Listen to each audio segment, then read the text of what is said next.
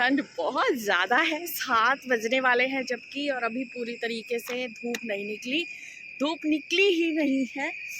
ठंड बहुत ज़्यादा हो रही है, बर्फीली टाइप की ठंड है। लेकिन ये टाइम है हमारा कैमल राइड का। Good morning everyone, welcome back to my channel. ते नाले तुसी हो इस वक्त जैसलमेर दे सैम डिजर्ट विच।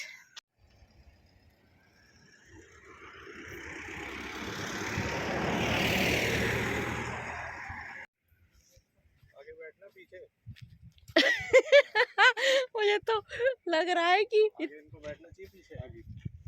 तो फ्रेंड्स, जैसा कि मैंने आपको कुछ सीरीज़ मैंने दिखाई हैं कि हम जैसलमेर गए हुए थे, तो आज ये उसका लास्ट पार्ट है, क्योंकि आज जो है हमारा मॉर्निंग का कैमल राइड सफारी था। और मैंने काफ़ी वीडियोस देखी थी जिसमें लोग कैमल पे बैठते हुए गिर जाते थे, तो मैं बहुत डरी हुई थी, इसीलिए मुझे बैठना थोड़ा टिपिकल लग रहा था। तो मैं आप लोगों को सलाह दूंगी कि जब कभी आपके पास ऐसा मौका आए तो आप कैमल पे बैठने से पहले आप थोड़ा उनसे पूछ लीजिए कि जब ऊँट उठते हैं तो आपको आगे की ओर झुकना होता है, तो आप नहीं गिरेंगे। तो ये मुझे डर था, तो मेरे हस्बैंड भी मेरी मजाक उड़ाने लग गए थे। तो फिर उन भैया ने कहा कि डरने की कोई बात नहीं है, तो मैंने उनसे थोड़ा सा डायरेक्शन पूछ लिया था, तो मैं उस हिसाब से बैठ गई। तो फिर बैठने के बाद काफ़ी मज़ा आया, तो मैं वहीं का शूट कर रही हूँ। तो हमने इवनिंग में तो थार सफारी कर ली थी, लेकिन मॉर्निंग का टाइम हमने रखा था कैमल सफारी का। लेकिन मॉर्निंग की सफारी करने का भी एक्सपीरियंस कुछ अलग ही था, मगर इतनी जल्दी उठना मेरे बस का नहीं था, पर उठना पड़ा मुझे। तो वहीं का एंजॉय कर रहे हैं हम। और क्योंकि ये लास्ट डे है, तो मैं चाहती थी कि इस डे का हम एक एक मिनट यहाँ पर अपना जी भर के मैं देख लूँ, क्योंकि हो सकता है कि हम लोग यहाँ वापस कब आ पाएँ या ना आ पाएँ। तो इसीलिए मैं चाहती थी कि मैं इस प्रकृति के सौंदर्य को और इस मौसम को और अपने पार्टनर को जीवन भर के लिए बहुत खूबसूरत यादों के साथ समेट कर ले जाऊं। तो फ्रेंड्स, कभी आइएगा आप भी हमारे जैसलमेर में, जहाँ की बहुत सारी अब मूवीज़ बन चुकी हैं, जिसके कारण ये बहुत फेमस हो चुका है और तो आपका इंटरनेशनल क्या रोल है? टूरिस्ट प्लेस बन संगीत चुका हमारा रोल है। संगीत संगीत का जी। तो ये जितने भी यहाँ कैंप हैं, इनमें आप संगीत का प्रोग्राम देते नहीं, हैं? सब में नहीं करते हम तो इससे टीले पर घूमते हैं सुबह सुबह थोड़ा बहुत, और शाम की टाइम एक कैंप में परफेक्ट रहता हूँ।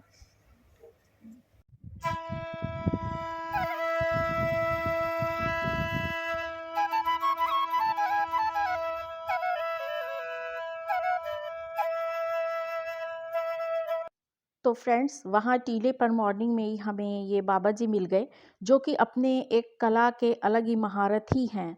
लेकिन उन्होंने ये बताया कि इस टाइम पर हमारी इस कला को डुप्लीकेसी में बदल दिया है, और कई जो ऐसे ही लोग होते हैं जिनको ज़्यादा कुछ नहीं आता, उन्होंने अलग अलग तरीके के बजाना सीख लिए हैं, और वो हमारी जगह लेकर यहाँ पर जो टूरिस्ट हैं उनको सुनाते हैं, और हमारे बिजनेस पे काफ़ी उन्होंने असर डाला है, जबकि ओरिजिनल हम ही हैं। तो ये लोग यहाँ होते हैं, तो इनकी थोड़ी सी हेल्प कर देनी चाहिए। ये अपनी कला दिखाते हैं और उसके बदले में आप अपना मनचाहा इनाम इन्हें दे सकते हैं।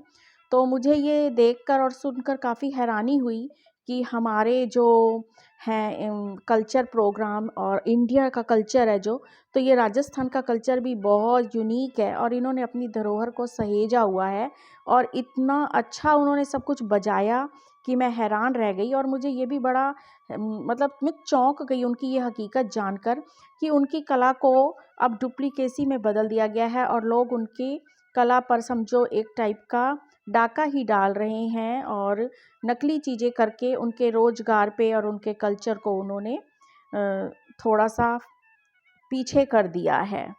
तो जब आप कभी आएँ तो इनका सहयोग ज़रूर कीजिएगा। और इसके साथ-साथ मैं आपको एक बात बताऊँ कि जो कैमल सफारी वाले होते हैं, वो आपको एक जो होता है उनका एरिया फ़िक्स होता है कि आपको वो वहाँ तक ले जाते हैं।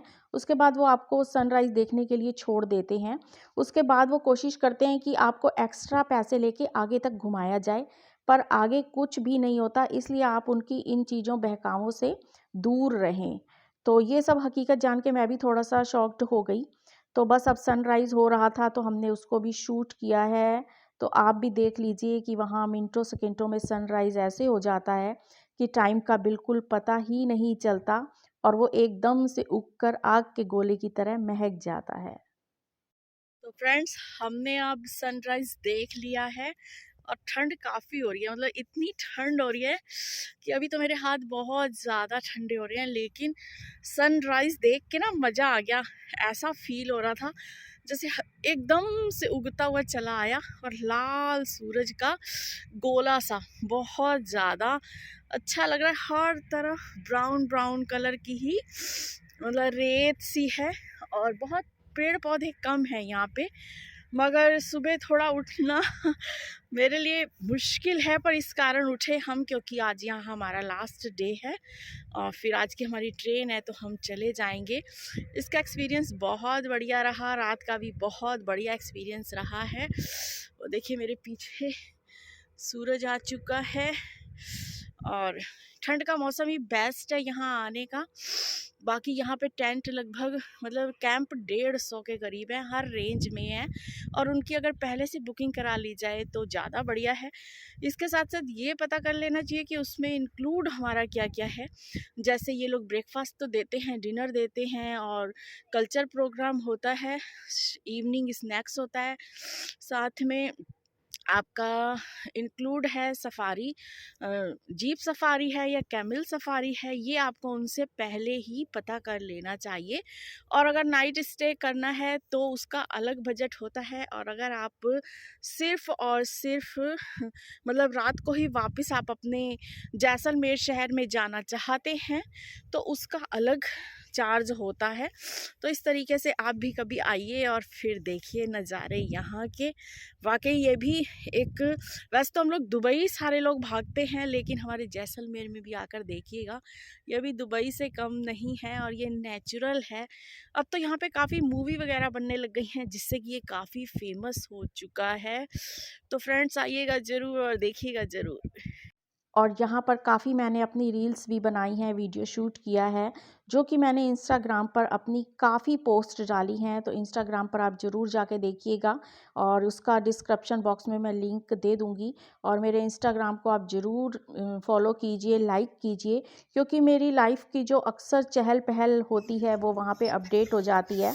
उसके बाद भैया आ गए हमें कैमल सफारी वाले वापस लेने के लिए, और वो इस बार ले आए जैसे बैलगाड़ी होती है वैसे ही ऊँट की जो गाड़ी होती है वो, क्योंकि मैं कैमल पे बैठने के लिए डर रही थी तो उन्होंने कहा मैं आपको ये भी एक अलग एक्सपीरियंस करा देता हूँ। ऊँट पर तो बैठ के आप आए हो तो अब उसकी गाड़ी में बैठकर आप वापस जाइए। तो वापस जब हम गए तो फिर ब्रेकफास्ट लग चुका था, तो सब लोग धीरे धीरे आ रहे थे ब्रेकफास्ट करने, तो हम भी वहाँ सीधा पहुँच गए और ब्रेकफास्ट रेडी था। और मैंने वहाँ जाके कपड़े पहले चेंज किए, मुँह हाथ वगैरह धोया क्योंकि रेत बहुत आ चुकी थी जूतों वगैरह में। तो देखिए ब्रेकफास्ट में है पोहा, पूड़ी और इडली सांभर था, साथ में ब्रेड जैम था, ब्रेड टोस्ट था, बटर था, चाय थी, कॉफ़ी थी, बहुत अच्छा था। ये सारा पैकेज में इंक्लूड होता है। तो खाना भी काफ़ी टेस्टी था, लग रहा था कि जैसे हमने घर का ही खाना खाया हुआ है।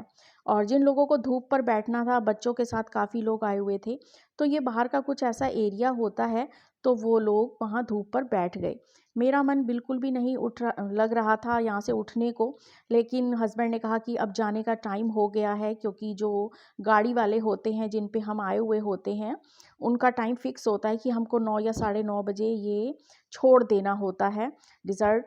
तो बस मैं यहाँ से फिर से इन यादों को समेटने में लग गई और थोड़ी सी रील्स बनाने लग गई, क्योंकि मेरा मन बिल्कुल भी नहीं कर रहा था यहाँ से जाने को, पर मजबूरी थी कि हमारी टिकट बुक थी और हमारी ट्रेन थी। तो बस अब मैं हर इस लम्हे को कैमरे में कैद करके अपने साथ ले जाना चाहती थी।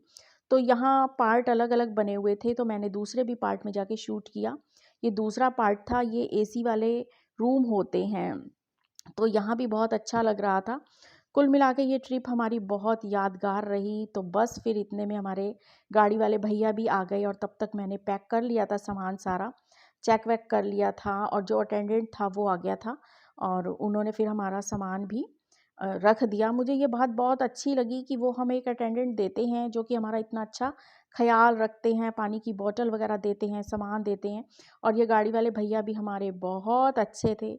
तो फिर चलते हैं हम वापसी अपने घर की ओर, इतनी खूबसूरत यादों को लेकर। और मैं कोशिश करूँगी कि ज़िंदगी में कभी मौका मिला तो मैं फिर से जैसलमेर आना चाहूँगी, इस गोल्डन सिटी में, टूरिस्ट प्लेस में, इंटरनेशनल प्लेस में, जो कि अब काफ़ी मशहूर हो चुका है इंडियन मूवीज़ के कारण। तो बस इसी के साथ मैं करती हूँ सुनहरी और बहुत खूबसूरत यादों के साथ जाती हूँ, वापस आती हूँ अपने घर की ओर। तो चलो वापस चलिए आपदे घर। फिर मिलांगी ਤੁਹਾਨੂੰ मैं नवी वीडियो ਦੇ ਨਾਲ। तब तक ਤੁਸੀਂ ਆਪਦਾ ਖਿਆਲ ਰੱਖਿਆ ਜੀ, ਅਸੀਂ ਆਪਦਾ ਖਿਆਲ ਰੱਖਾਂਗੇ। ਬਾਕੀ ਸਾਰਿਆਂ ਦਾ ਰੱਬ ਰਾਖਾ।